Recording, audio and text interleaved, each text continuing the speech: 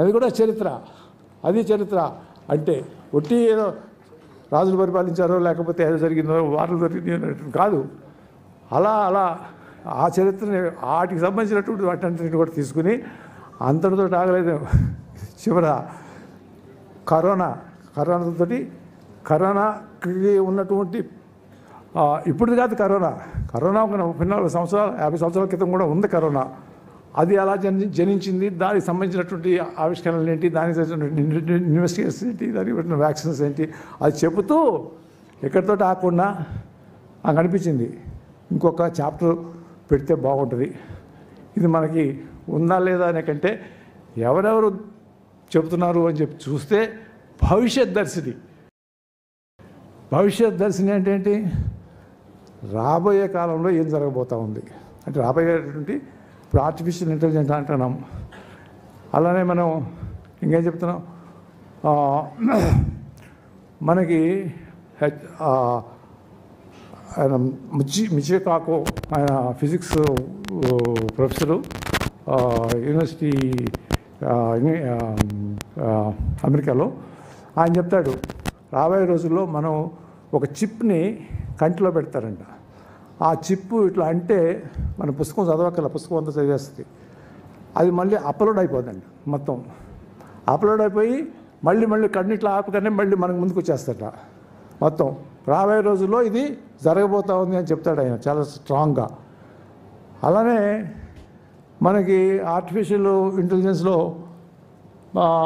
ఏమంటారు, ఇప్పుడు మన గొర్రెలు మేకలు మనం అంతా పెంచుకుని తింటాం. రేపు అవసరం లేదు, ఒక సెల్లు 2 సెల్లు తీసుకెళ్ళి ల్యాబొరేటరీలో పెట్టేసేసి గొర్రెలు పెంచుతారంట.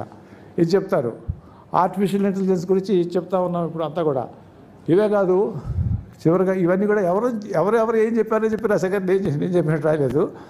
ఎవరెవరు ఏం చెప్తున్నారు ప్రపంచంలో ఇప్పుడని ఆ చాప్టర్లో పెడుతున్నాను. నాకు లేటెస్ట్గా తెలిసింది ఏంటంటే, ఇది ఇంకొక 5-6 సంవత్సరాల్లో మనకి రాబోయేటటువంటి మార్పు లేకపోతే రాబోయేటటువంటి కొత్త ఇన్వెన్షన్ ఏంటంటే, మనం ఇంకొక 50 సంవత్సరాలు ఎట్లా బతకొచ్చు అనేటటువంటి దానికి మెకానిజం వచ్చేస్తట. అది కూడా చంద్రబాబు గారు ఇంకో 50 సంవత్సరాలు మీ అబ్బాయి బాధపడతాడు మీరు కనుక 50 సంవత్సరాలు ఇంకా బతికామంటే.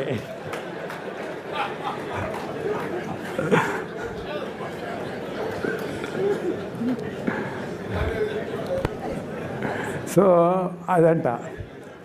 ఇంకా ఇంకొకటి ఉంది, మన బ్రెయిన్లో కొన్ని కోట్ల న్యూరాన్స్ ఉన్నాయి.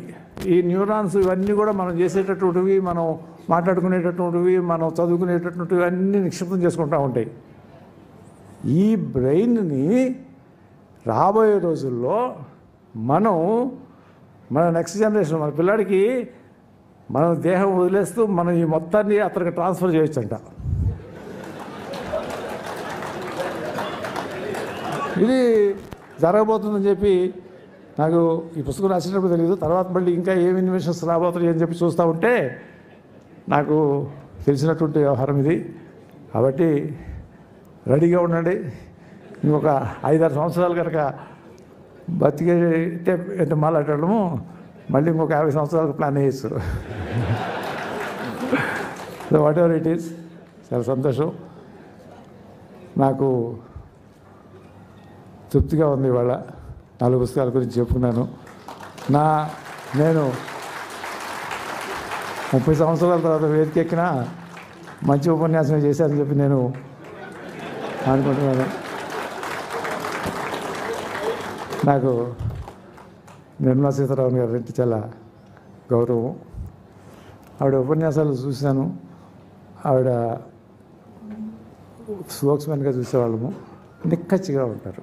అది నాకు నిక్కచ్చి.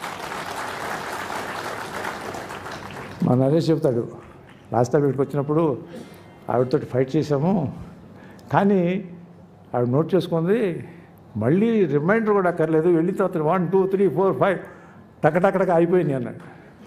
ఇక్కడ ఏదో ఆర్గ్యూ చేసాము, కానీ అక్కడికి వెళ్ళిన తర్వాత ఆవిడకి నచ్చితే టక్ టక్ టక్ అయిపోయింది. That is how leader should be.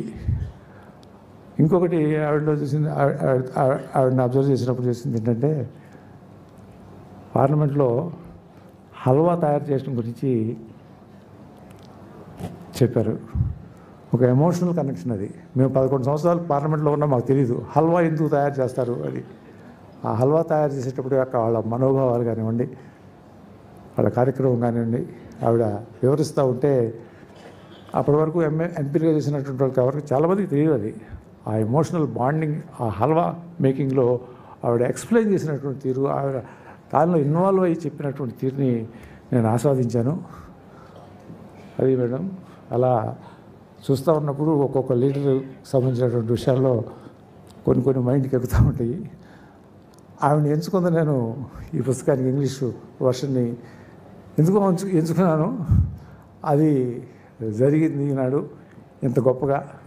దానికి చంద్రబాబు నాయుడు మరి రావడం అనేది, మా ఇద్దరికి వైరం ఉంది అది ఇది అని చెప్తూ ఉంటారు. వైరాలు ఉన్నమాట వాస్తవమే, కానీ ఎప్పుడు ఒకే రకంగా ఉండకూడదు కదా, ముందుకు వెళ్తూ ఉండాలి, అవన్నీ మర్చిపోవాలి. భవిష్యత్తు అనేటటువంటిది ఆశాజనకంగా ఉండాలి అనేటటువంటిది నాకేం కోరికలు లేదు స్వామి. మళ్ళీ నేను వదిలేశాను, నేను హ్యాపీగా ఉన్నాను. నా చెప్పాడు కదా, భరత్ చెప్పాడు కదా, చాలా జాలీగా ఉంటాడు డాక్టర్ గారు, మేమంతా కూడా అట్లా ఉండాలని చెప్పి ముందే భరత్ చెప్పాడు. భరత్ అబ్జర్వ్ చేసినందుకు I'm very happy Bharat. That's మీద ఐఎమ్ రియల్లీ హ్యాపీ. నాకేమి అటువంటి కోరికలు ఏమి లేవు. కోరికలు ఏమైనా ఉంటే నా పిల్లలతోటి, నా కుటుంబంతో క్షేమంగా, 10 మంది స్నేహితులతోటి క్షేమంగా ఇలా పుస్తకాల్లో రాయగలిగితే రాసుకుంటూ ఆనందంగా ఉండాలి. అది కూడా జీవితమే, దాన్ని కూడా ఆస్వాదించాలి. జీవితం అంటే ఎప్పుడు గందరగోళము, ఏదో అనుకుని పరిగెత్తడం కాదు. ఒకటే ఉంటుంది జీవితం. నా దేశం వరకు 50 సంవత్సరాల తర్వాత చూద్దాము. ముందు ఈ ఒక్క జీవితాన్ని ఆస్వాదించడం అనేటటువంటిది కావాలి. అలానే మా వెంకయ్యనాయుడు గారు, మా చిన్నప్పుడు అంటే నేను స్కూల్లో ఎస్ఎస్సీ చదివేటప్పుడు ఆయన ఆంధ్ర ఉద్యమం ఉపన్యాసం అంటే వెంకయ్యనాయుడు. అసెంబ్లీలో ముఖ్యమంత్రులు కూడా ఆయన ముందు వచ్చి, ఆ రోజు అంజయ్ గారు లేకపోతే ఇంకొకటో ముందు రోజు వెంకయ్యనాయుడు గారు రేపేం మాట్లాడతారు అని రూమ్కి వచ్చో లేకపోతే ఇంటికి వచ్చో ముందు ఆయన ఏం మాట్లాడతారో తెలుసుకుంటారు. ఎందుకంటే ఆ ప్రవాహం, ఆ క్లారిటీ, అది ఆయన్ని ఎంత వాడిని చేసింది అనేటటువంటిది మనకందరికీ తెలుసు. మన తెలుగువానిగా ఒక గొప్ప స్థానాన్ని అలంకరించినటువంటి వ్యక్తి.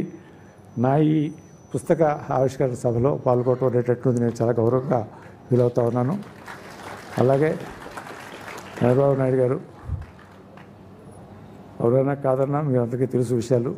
మేమిద్దరం ఏదైనటువంటి అవన్నీ గతం, ఇక వాటి గురించి అవసరం లేదు.